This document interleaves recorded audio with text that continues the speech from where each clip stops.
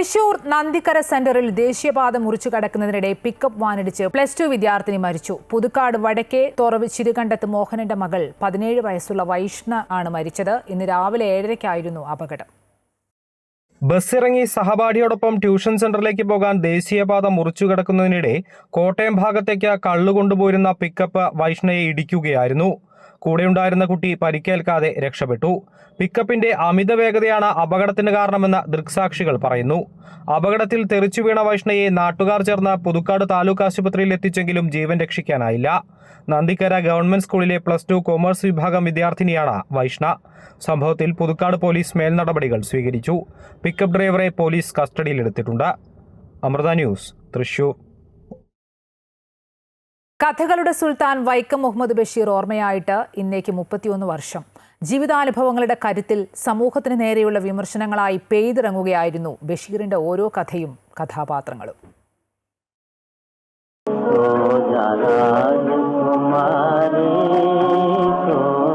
ജീവിതത്തിൽ എന്ന പോലെ സാഹിത്യത്തിലും വിപ്ലവകാരിയായിരുന്നു വൈക്കം മുഹമ്മദ് ബഷീർ. അനുഭവങ്ങളുടെ കരുത്തിൽ നെയ്തെടുത്ത കഥകളിലൂടെ സാധാരണക്കാരുടെ സ്വന്തം എഴുത്തുകാരനായി മാറുകയായിരുന്നു ബഷീർ. സ്വാതന്ത്ര്യ സമരാനുഭവങ്ങൾ, ജയിൽവാസം, വിവിധ വേഷം കെട്ടലുകൾ, സൂഫിമാരുടെ കൂടെയുള്ള സഞ്ചാരം, അങ്ങനെ തൻ്റെ കഥാപാത്രങ്ങളെയും കഥാപരിസരങ്ങളെയും തേടിയുള്ള തീർത്ഥാടനങ്ങൾക്കൊടുവിലാണ് ബഷീർ മലയാള സാഹിത്യത്തിൽ സ്വന്തമായൊരു ചാരുകസേര വലിച്ചിട്ടിരുന്നത്. കടിച്ചാൽ പൊട്ടാത്ത വ്യാകരണ സിദ്ധാന്തം കീറിയെറിഞ്ഞ് ആനവീമ്പ് പോലെ ബഷീറിയൻ സ്റ്റൈലിൽ കഥ പറഞ്ഞു തുടങ്ങിയപ്പോൾ മലയാളികൾക്ക് വായിക്കാതിരിക്കാനായില്ല. അവരൊക്കെ അധികാരം അല്ലെങ്കിൽ ആ തൊപ്പിയോ പോകുമ്പം പിന്നെ വിസ്മൃതിയിൽ, സാധാരണക്കാരിൽ കഷ്ടത്തിൽ വിസ്മൃതിയായി പോകുന്ന കാലഘട്ടത്തിൽ 31 വർഷമായിട്ടും നിങ്ങളൊരാളെ തേടിപ്പോകണമെങ്കിൽ അയാളിൽ എന്തൊരു പ്രത്യേകത ഉണ്ടാണല്ലോ, അതെന്താണെന്ന് കണ്ടുപിടിക്കലാണ് മലയാളി നിങ്ങൾക്ക് ഞാൻ നിങ്ങളെപ്പോഴത്തെ ആൾക്കാർക്ക് ഞാൻ തരുന്നത്.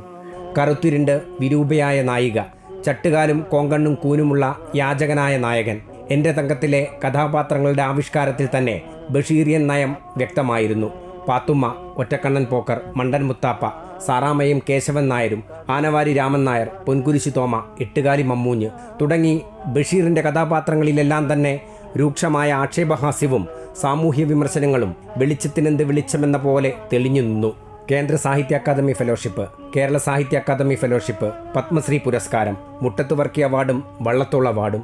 എന്നാൽ ലഭിച്ച പുരസ്കാരങ്ങളിലല്ല മലയാളിയുടെ ജനകീയനായ എഴുത്തുകാരൻ എന്നത് തന്നെയാണ് ബേപ്പൂർ സുൽത്താൻ്റെ പകിട്ടേറ്റുന്നത്. കാലമേറെ കഴിഞ്ഞിട്ടും എത്ര തവണ വായിച്ചിട്ടും മലയാളിക്ക് ആ ബഷീറിയൻ ചപ്ലാച്ചി ഭാഷയോടുള്ള പ്രണയം തീരുന്നേയില്ല.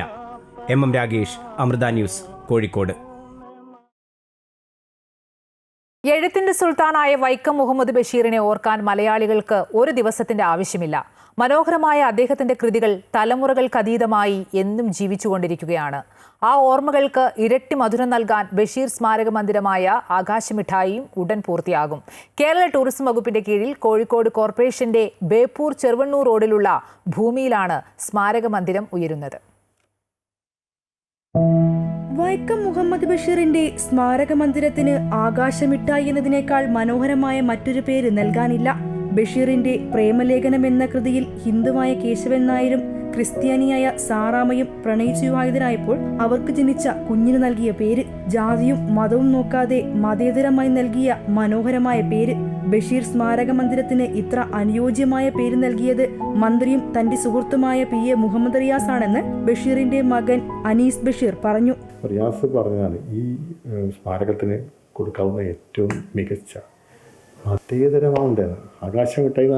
അങ്ങനെയാണല്ലോ സാറാമ്മയും കേശവൻ നായരും ഒരു മതേതര ആണല്ലോ ഈ ആകാശം മിഠായി. കേരളത്തിലെ ഏറ്റവും കിട്ടാവുന്ന ഒരു സ്മാരകത്തിന് കിട്ടാവുന്ന ഏറ്റവും ആപ്റ്റ് പേരാണ് ആകാശം മിഠായി.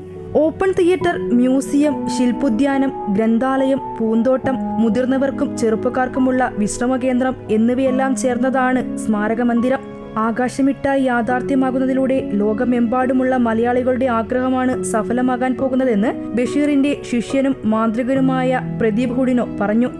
ബേപ്പൂർ കമ്മ്യൂണിറ്റി ഹാളും അതിൻ്റെ പിൻവശത്തുള്ള ഒരു ആയുർവേദ ആശുപത്രിക്ക് വേണ്ടി ആലോചിച്ചിരുന്ന ഒരു സ്ഥലമുണ്ടായിരുന്നു.